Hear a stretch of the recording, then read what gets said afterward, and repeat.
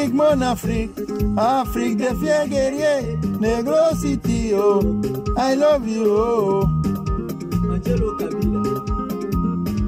Tio Groné, cheveux crépillons, oh, joli guerrier, oh, I love you, oh.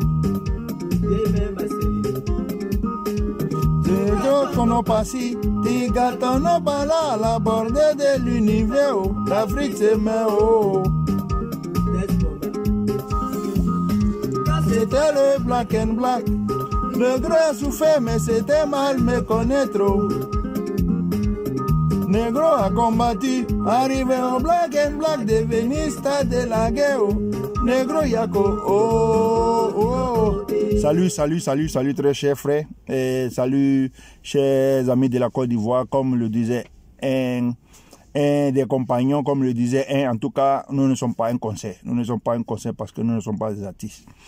Ici, nous sommes pour attirer l'attention des uns et des autres, pour faire passer les messages, en tout cas pour faire arriver le message là où toujours ça n'arrive pas. Aujourd'hui, les réseaux sociaux sont un canal pour faire passer en tout cas un certain message. C'est vrai, certains ont profité pour abuser du peuple, certains ont profité pour faire passer du venin, mais j'ai dit que il faut savoir tirer les leçons. Comme j'ai dit, chers frères, aujourd'hui, l'actualité, c'est vrai, en Côte d'Ivoire, nous avons beaucoup de thèmes, mais aujourd'hui, on voit des individus, des Ivoiriens s'agiter parce que Laurent Gbagbo on parle du retour de Laurent Gbagbo en Côte d'Ivoire.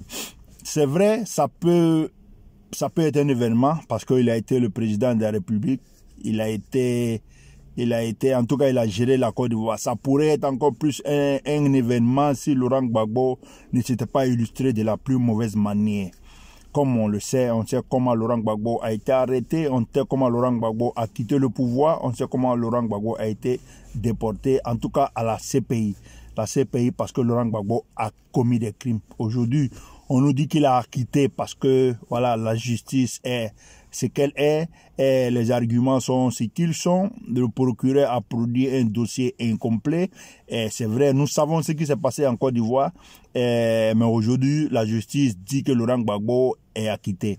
Nous n'allons pas contre les décisions de justice. Nous prenons note et puis voilà, nous, au moment de juger, en tout cas, il y a la justice, comme on dit. Vous savez, il y a trois justices. Il y a la justice, toi-même ta conscience qui te juge. Maintenant, il y a le monde entier qui te juge. C'est-à-dire que tes citoyens, la société, le jugement de la société est le jugement divin.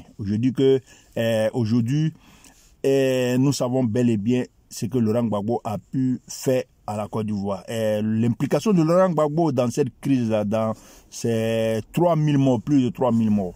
Mais aujourd'hui, Laurent Gbagbo doit retourner en Côte d'Ivoire. Comme j'ai dit, des individus et des Ivoiriens sont en train d'œuvrer, c'est vrai. On écoute tellement de choses. D'abord, on nous a dit que Laurent Gbagbo a été acquitté. Nous en prenons note. On nous a dit que Laurent Gbagbo ne pouvait pas rentrer en Côte d'Ivoire parce qu'il n'avait pas de passeport. Aujourd'hui, Laurent Gbagbo a ses passeports en main. Qu'est-ce qui l'empêche de rentrer? On dit que non, c'est l'État de Côte d'Ivoire, c'est le gouvernement qui doit organiser son voyage. Certes, le gouvernement peut organiser ce voyage, mais Laurent Gbagbo, façon on nous a chanté, en tout cas, ils ont chauffé nos oreilles avec cela que Laurent Gbagbo, c'est à cause du passeport qui ne rentrait pas. Je pensais que au lendemain même de la réception de ce passeport, Laurent Gbagbo allait prendre le premier avion pour rentrer à Abidjan. Mais aujourd'hui, voilà que il dit encore, ces gens disent encore qu'ils attendent des protocoles, qu'ils attendent, en tout cas, l'organisation d'un voyage. J'ai dit que c'est s'amuser avec la conscience des Ivoiriens. C'est créer des problèmes là où il n'en a pas, parce que de ce passeport-là, on a fait de cela un problème. Et aujourd'hui, à ce passeport, comme j'ai dit, en tout cas, des millions d'Ivoiriens avaient pensé que au lendemain même de la réception de son passeport, Laurent Gbagbo allait sauter sur le premier avion pour rentrer à Abidjan. Si tel est qu'il avait tant envie de regagner son pays, de regagner sa famille. J'ai dit, bon, non. Ces gens-là, ils font de leurs problèmes, en tout cas, le problème de tous les Ivoiriens. Et voilà, ils sont habitués à cela parce que quand on a une certaine minorité, quand on a une certaine, en tout cas, ambiguïté, on ne fait que jouer avec la conscience des Ivoiriens, que nous savons le niveau le niveau d'intellectuel aujourd'hui en Côte d'Ivoire. Laurent Gbagbo a son passeport. Laurent Gbagbo ne rentre pas. Laurent Gbagbo attend que l'État organise un voyage ou l'État organise en tout cas une fête pour le faire entrer. J'ai dit que c'est déplorable. C'est déplorable parce qu'on sait comment ils ont chanté. Ils ont chanté dans nos oreilles. Laurent Gbagbo, depuis l'avènement de Laurent Gbagbo dans la scène politique jusqu'à aujourd'hui, Laurent Gbagbo n'a pas cessé d'être ambigu. Laurent Gbagbo n'a pas cessé d'être un traître. Tout simplement, regardez, aujourd'hui, Laurent Gbagbo appelle à l'unité de son soi-disant FPI. Laurent Gbagbo, durant tous ces temps, il a été dans l'ambiguïté totale, en passant par son avocate, Abiba, je ne sais pas, Abiba Touré ou Abiba, comment elle s'appelle là, son avocate, en passant par Assoua Adou, en passant par certains individus, certaines voix. Laurent Gbagbo n'a jamais démenti ce qu'on dit de lui et à plusieurs reprises, il n'a jamais confirmé. Il a laissé toujours ses militants d'abord qui sont en querelle. Depuis son arrestation, le FPI est divisé. Laurent Gbagbo n'a jamais donné la voix pour unir son soi-disant FPI. Et aujourd'hui, il sait qu'il est proche d'arriver en Côte d'Ivoire. Il veut tellement récupérer son FPI et aujourd'hui, Laurent Gbagbo appelle à l'unité. Parce que quand on voit qu'Assoua Adou, Dano Djegé, ils n'ont jamais collaboré avec Afin Guessan. Jamais. Ils n'ont jamais accepté qu'Afin Guessan soit le président du FPI. Et aujourd'hui, là, c'est eux que Laurent Gbagbo envoie pour aller présenter sa compassion à Afin Guessan qui vient d'être libéré. Quand on sait qu'Afin Guessan a fait le déplacement pour aller à la CPI. Afin Guessan a fait le déplacement pour aller voir Laurent Gbagbo à la CPI. Laurent Gbagbo n'a pas accepté recevoir Afin Guessan. En tout cas, il est passé par des margouilles, il est passé par des tic-tac là pour ne pas le recevoir. Je dis que c'est triste de la part de Laurent Gbagbo. Ce monsieur-là a créé toujours l'ambiguïté. Il n'a jamais souhaité que son soi-disant FPI soit uni quand il n'était pas là. Et aujourd'hui, il demande l'unité de son FPI. Il demande à ce que des gens se rapprochent, des positions se rapprochent des positions de Afin Guessan. Laurent Gbagbo n'a jamais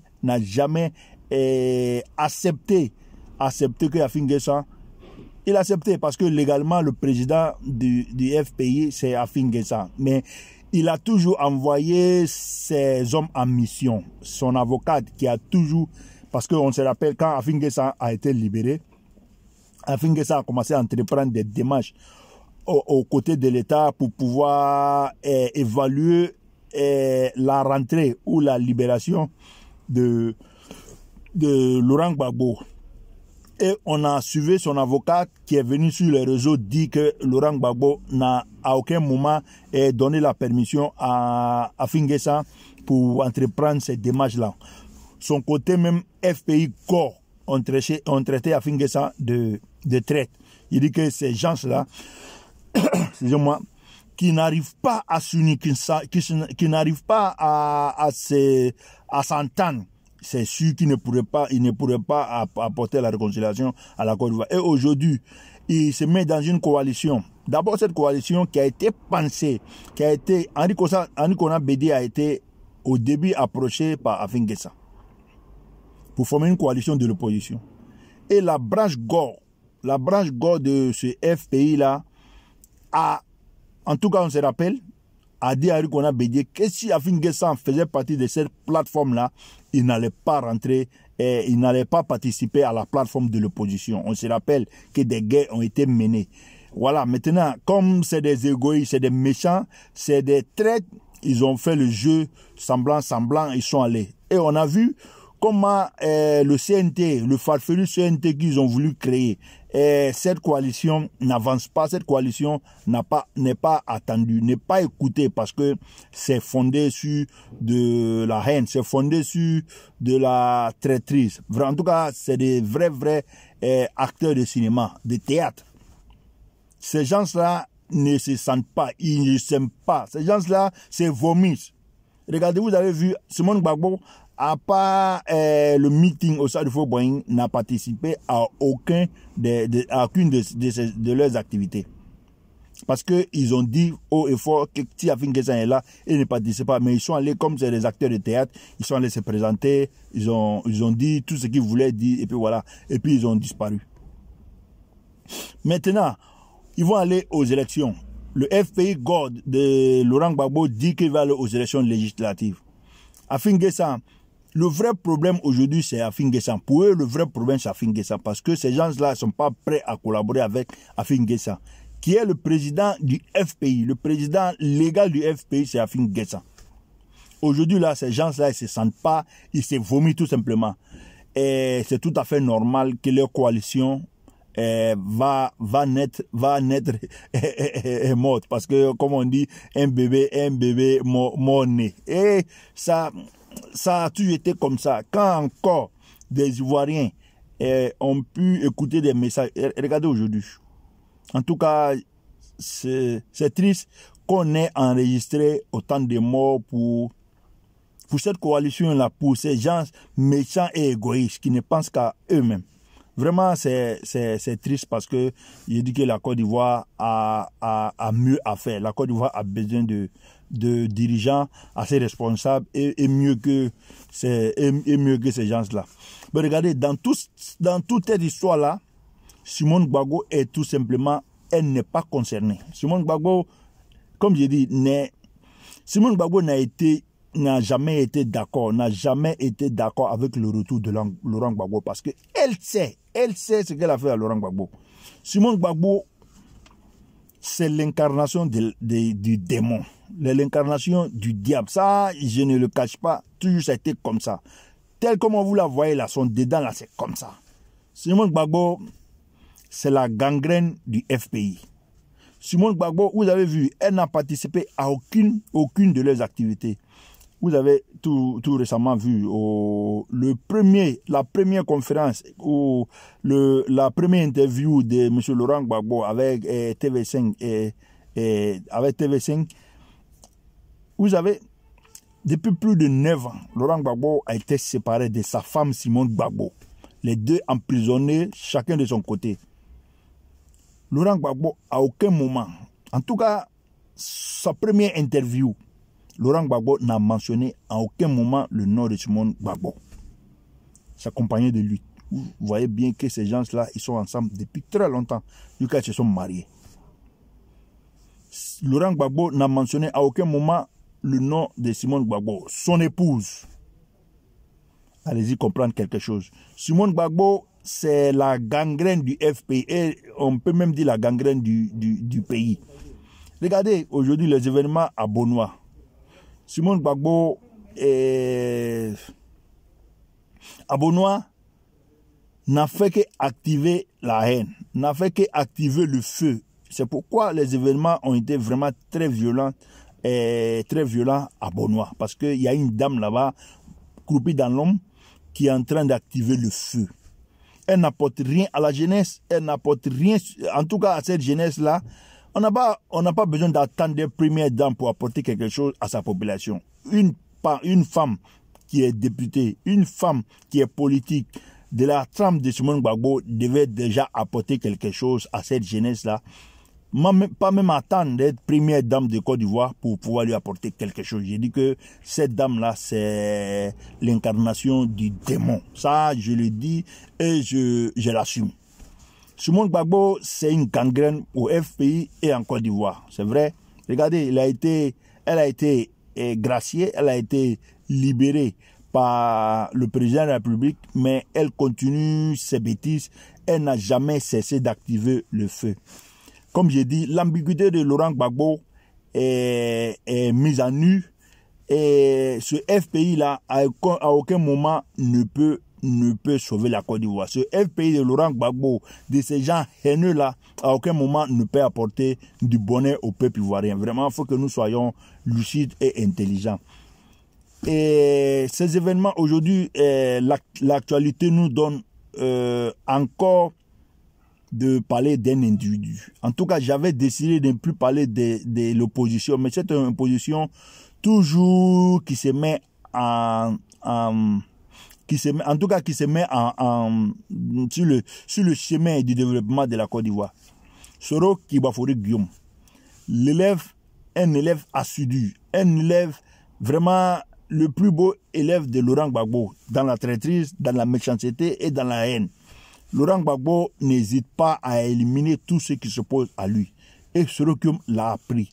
Soro Guillaume a été un très bon élève de Laurent Gbagbo. Soro Guillaume n'accepte aucune contradiction. Regardez aujourd'hui, allons sur les réseaux sociaux.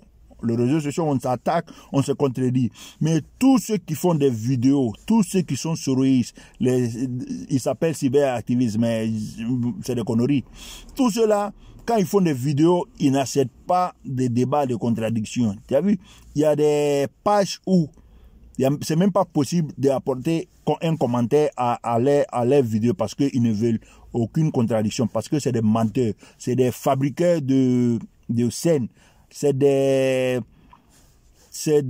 antidémocrates. Ils chantent tout le temps qu'ils sont démocrates, mais je dis non, quand on est démocrate, on accepte les débats contradictoires. Mais sur les toiles, sur les pages, aucun débat n'est accepté. Quand tu commences à les critiquer, justement, on te bloque, ou bien c'est même pas possible même d'apporter un commentaire à les directs ou à les vidéos. Donc ça avait déjà dit, ça traduit déjà tout de Soro Guillaume. Soro Guillaume qui était un traître, il a pris tout de Laurent Gbagbo. On se rappelle comment Laurent Gbagbo est arrivé au pouvoir dans la tromperie, dans la traîtrise, la méchanceté. Et quand il arrive, ils éliminent tout ce qui s'oppose à lui. C'est le même cas pour Soro Guillaume. C'est-à-dire qu'il cherche à rentrer par la petite porte et dès qu'il rentre par des trahisons, en passant nuitamment à les traiter, en tout cas par la trahison, ils essaient d'arriver au sommet. Et quand ils arrivent au sommet, ils éliminent tous ceux qui les ont aidés à arriver au sommet. On se rappelle encore ce que Blaise Compaoré a pu apporter au FPI de Laurent Gbagbo. Et Laurent Gbagbo arrivé au pouvoir, nous avons vu comment il a traité Blaise Compaoré. On se rappelle encore Soro Guillaume, comment Soro Guillaume a pu rentrer dans la rébellion par la petite porte grâce à Ibrahim Koulibaly. Et aujourd'hui, Soro Guillaume a purement et simplement éliminé Ibrahim Koulibaly. Il a éliminé tous ceux en tout cas qui à un certain moment ont collaboré avec Ibrahim Koulibaly.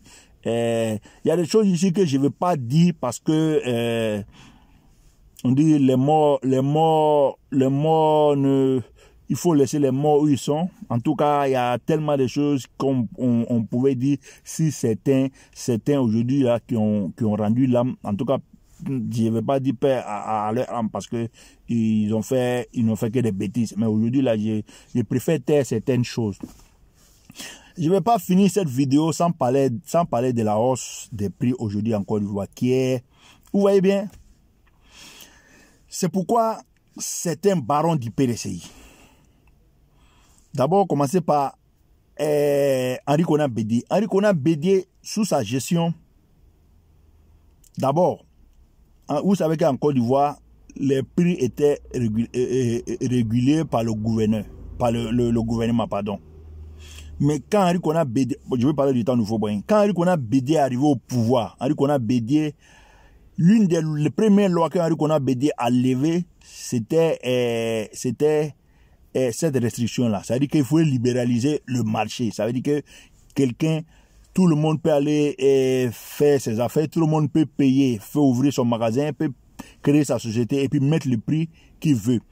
Et cela parce que Henri Konan Bédié, tout simplement, lui, qui, au temps d'Oufo-Boigny, avait amassé beaucoup d'argent, avait volé beaucoup d'argent avec beaucoup de barons du FPI. C'est pourquoi aujourd'hui, certains barons ne peuvent pas lâcher Henri Konan Bédié. Certains barons sont encore là, même quand Henri Konan Bédié les piétine chaque jour, parce qu'ils n'ont aucun mot à dire au PDCI. Parce que Henri Konan Bédié, comme président, a volé. Il a volé, ils se sont attribués, ils se sont partagés toutes les grandes sociétés en Côte d'Ivoire. Je vais parler des parents, du père de Jean-Luc Billon, de son père jusqu'à lui. Demandez aujourd'hui à Billon, comme aujourd'hui je vous informe, Jean-Luc Billon est le plus riche en Côte d'Ivoire. l'homme d'affaires le plus riche en Côte d'Ivoire. En tout cas, s'il n'est pas le plus riche, c'est qu'il a été détrôné il n'y a pas longtemps. C'est l'homme d'affaires le plus riche en Côte d'Ivoire. Demandez-lui quel travail il a fait pour être le plus riche. Tout simplement parce que, autant d'Henri Konan Bédié, ses parents, Henri Konan Bédié et ses parents se sont attribués la plus grande part des sociétés de Côte d'Ivoire. Des sociétés qui ont le monopole sur la distribution, sur la vente, en tout cas des articles de première nécessité en Côte d'Ivoire. Je vais parler des CIFCA, des CIFCOM, de Comafrique. Tout ça, j'ai dit, c'était pour les parents de Jean-Luc Billon.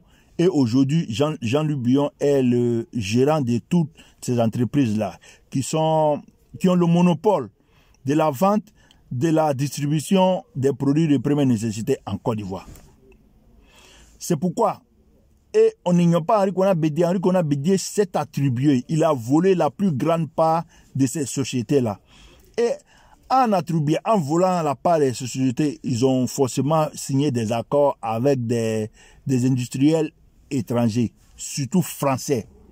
C'est pourquoi aujourd'hui, le prix des articles, le prix des produits de première nécessité monte, parce que ces gens-là ont décidé de faire la guerre à Ouattara. Et à travers la guerre à Ouattara, ils font souffrir le peuple ivoirien. Ils veulent amener le peuple ivoirien à se révolter. Ils veulent amener le peuple ivoirien à décrier, en tout cas à aller contre le pouvoir de M. Ouattara, parce que eux, ils sont pas d'accord. La désobéissance civile qu'ils avaient annoncée, qui n'a pas marché, ils sont en train de faire marcher cela sur une autre forme. Mais les Ivoiriens ont compris. Le président Alassane Ouattara est assez mature, est assez économiste, est assez intelligent pour tomber dans ces jeux-là. Et je pense que les Ivoiriens seront aussi assez matures, assez intelligents pour ne pas tomber dans ce jeu-là. Tout augmente parce que Henri Konan Bédié et ses barons ont tout volé, se sont tout attribués. En tout cas, toutes les entreprises aujourd'hui de vente et de distribution de première nécessité sont aujourd'hui aux mains d'Henri Konan Bédié et de ses barons. C'est pourquoi dans les activités, c'est pourquoi dans le désordre, pourquoi dans le PDCI certains barons n'arrivent pas à le quitter, parce que ils savent comment ils ont eu ces sociétés-là. Ils savent comment ils ont eu leur argent. Je vais dire, Henri Konan Bédié leur a permis d'être riches. Henri Konan Bédié leur a permis, en tout cas, de conserver, de voler, de s'attribuer des sociétés aujourd'hui. Donc, ils se connaissent. Ils ne peuvent pas laisser Henri Konan Bédié parce qu'ils savent qu'Henri Konan Bédié est un vrai rancunier. Quand ils le laissent, Henri Konan Bédié sait comment il a pu attribuer ces sociétés-là à ces individus-là, à ces soi-disant riches aujourd'hui-là. Donc aujourd'hui-là, ces gens ne sont pas prêts, ils ne peuvent pas laisser Henri Konan Bédié, parce que Henri Konan Bédié, comme on dit, a leur dossier à main. Henri Konan Bédié sait comment ils se sont attribués ces sociétés-là, puisque c'est lui-même qui leur a attribué ces sociétés-là. Henri Konan Bédié, aujourd'hui, c'est l'un des personnes qui a le plus d'hectares de plantations aujourd'hui en Côte d'Ivoire. Parce que tout simplement, ce monsieur, quand arrivant au pouvoir, n'a pas arrêté de voler, n'a pas arrêté de s'attribuer des terres, des sociétés, et avec lui, certains barons du PDCI, comme j'ai dit aujourd'hui, qui sont incapables de le laisser, qui sont incapables en tout cas de se défendre. Jean-Luc Billon a des intentions, mais Jean-Luc Billon aujourd'hui, il est piétiné. Avec lui, tous les barons qui sont avec Henri Konan Bédié, tous ceux-là, ils sont piétinés aujourd'hui par Henri Konan Bédié parce qu'il a les dossiers à main. Qu'un seul lève le petit doigt, sa vie et sa fortune est menacée. Et là, ils le savent. C'est pourquoi les Maurice Kakoki Kaoué, qui n'ont pas arrêté de voler, je ne vais pas citer encore des noms, je cite seulement ceux qui sont, en tout cas, qui ont été en première ligne, n'ont pas arrêté de voler, et Laurent, comment je dis, Henri Konan Bédié n'a pas arrêté de les couvrir. Donc aujourd'hui, c'est tout à fait normal qu'il ne peut pas aller contre les décisions de l'État. Comme j'ai dit, aujourd'hui, que les Ivoiriens se réveillent, on commence à comprendre beaucoup de choses. Nous, on a compris. Mais il faut qu'on fasse passer le message, il faut qu'on fasse faire comprendre à nos concitoyens que ces gens-là, c'est des vrais ennemis de la Côte d'Ivoire. En commençant par Laurent Gbagbo, Séreux Guillaume, comment on dit, Henri Konan Bédié. Je ne vais pas finir aussi cette vidéo-là sans parler d'Afin N'Guessan. Afin N'Guessan, moi je dirais que c'est un maudit. C'est un maudit, j'assume mes mots.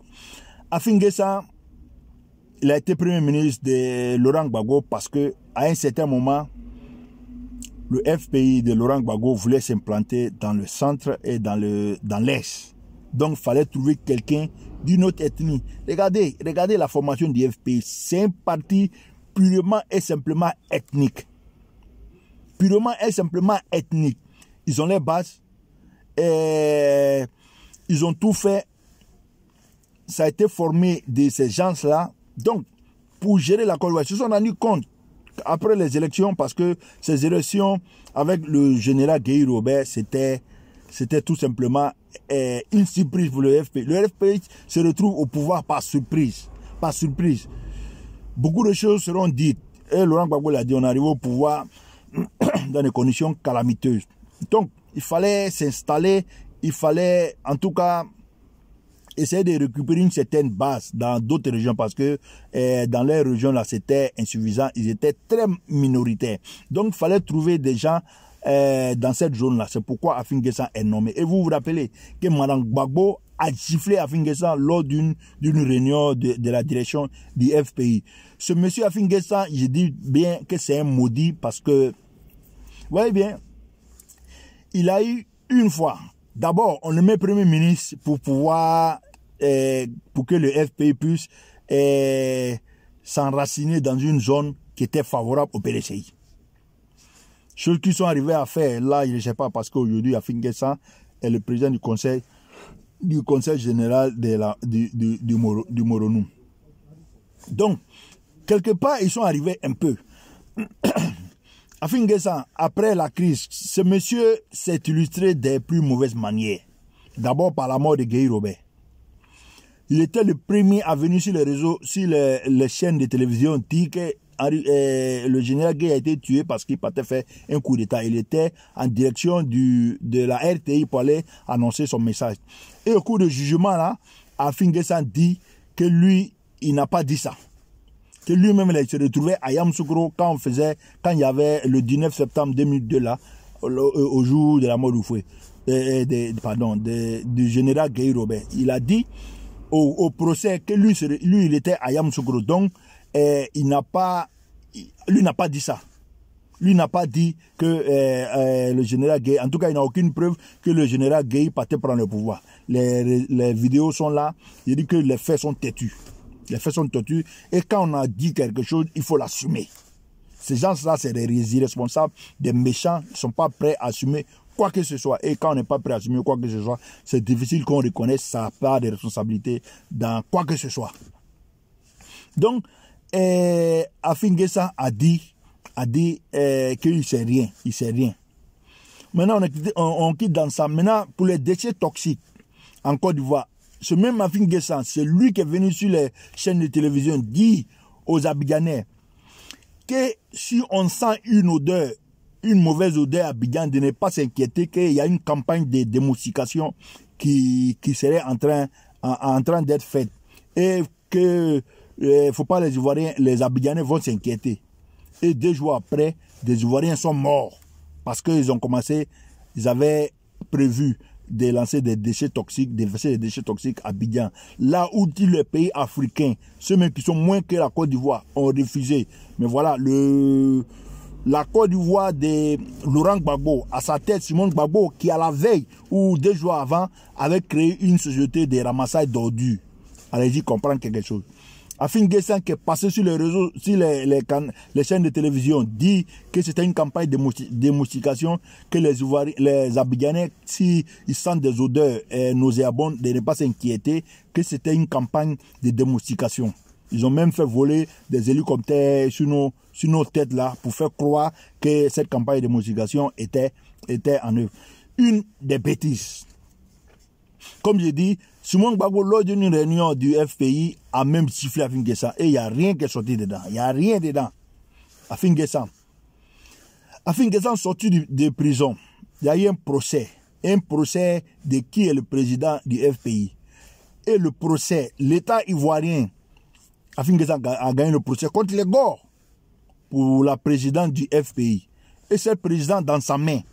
Afin Guessan, qui avait commencé à rentrer dans le cœur de certains Ivoiriens parce qu'il avait commencé à poser des bons actes. Afin Guessan, à un certain moment, a voulu faire plaisir à ces Gore qui ne l'ont jamais supporté, qui ne l'ont jamais aimé. A voulu faire plaisir à ces Gore-là. Et voilà où il se met dans cette coalition-là. Quand bien même, on sait que dans cette coalition, on l'avait chassé. Et Ato Adou, ouvertement a dit à Henri Konan Bédié que si Afin Guessan est dans cette coalition-là, et il ne rentre pas, et il ne s'asseye pas. Simone Gbagbo l'a dit aussi. Simone Gbagbo qui a toujours été, en tout cas, dans l'ambiguïté. Donc, Afin Guessan, qui avait le FPI, qui commençait à avoir une certaine sympathie auprès des Ivoiriens, est rentré dans le jeu parce que tout simplement, il est maudit. Il a le contrôle du FPI. C'est vrai, dans un parti, déjà, on commençait à lutter avec lui. Et il s'est dit, je crois qu'il avait une carte à jouer. Afin Guessan, président du FPI, le FPI, il avait une carte à jouer s'il était charismatique, s'il était responsable, s'il était intelligent. Mais Afin Guessan dit qu'il mettrait le parti à la disposition de Laurent Gbagbo si Laurent Gbagbo revenait. Quand on sait que Laurent Gbagbo a un certain âge. Laurent Gbagbo, c'est vrai, on va dire tout ce qu'on veut, mais aujourd'hui, Laurent Gbagbo n'est plus capable de diriger le FPI. Il faut de nouvelles têtes. Et ces nouvelles têtes-là, cette nouvelle génération était incarnée par Afin Guessan. Il avait tout en main, il avait tout pour réussir. Mais ce monsieur-là, tout simplement, s'est mis au second plan. C'est vrai. Regarde, la coalition de cette opposition où on ne voulait pas de lui, Afin Guessan a forcé pour rentrer. Et c'est lui qui va en prison. Je vous jure, je suis sûr qu'Afin Guessan a été vendu. Parce que c'est lui seul qui a été pris dans sa fuite. Regardez Mabri Touakes. Mabri Touakes s'est caché jusqu'à aujourd'hui. C'est maintenant qu'il est sorti quand il sait que le président de la République a pris des décisions de ne plus les poursuivre. Afin Guessan a été pris quand il fuyait. Je vous juge, et c'est sûr que Afin Guessan a été vendu par ses collègues, a été vendu par cette branche-là, par ses amis. Et lui, regardez comment il a été virulent, regardez comment il a été, en tout cas, présent dans toutes les décisions. Jusqu'à il s'est converti en porte-parole. Des gens disent, il ne veut pas de toi. Toi, tu viens et tu prends la chose pour faire pour lui. Et c'est lui seul qui va en prison. Maintenant, il sort. Les gens n'ont pas arrêté de lutter contre lui. Les gens n'ont pas arrêté de le combattre. Et Afin Guessan, je crois que il a perdu une occasion, en tout cas, d'être le président du FPI. Aujourd'hui, légalement, c'est lui qui est le président, mais je dis, avec ce mouvement-là, avec l'arrivée de Laurent Gbagbo, Afin Guessan, je crois que sa main est lavée dans cette histoire de FPI-là. Il est fini. Même tout récemment, ils sont en train de faire encore, ils ont dit qu'ils allaient faire une coalition pour aller aux élections législatives. Les gens continuent de dire qu'ils ne veulent pas d'Afin Guessan. Afin Guessan qui avait le pouvoir, qui était le président du FPI, aujourd'hui là on ne le veut pas. Et avec l'arrivée de Laurent Gbagbo, il sera encore mis à l'écart, il sera battu, c'est vrai. Ils ont brûlé, on dit qu'ils ont brûlé sa maison à Abidjan, à Bongwanou. À Abidjan, sa maison a été mis sous contrôle. Il a été mis en prison.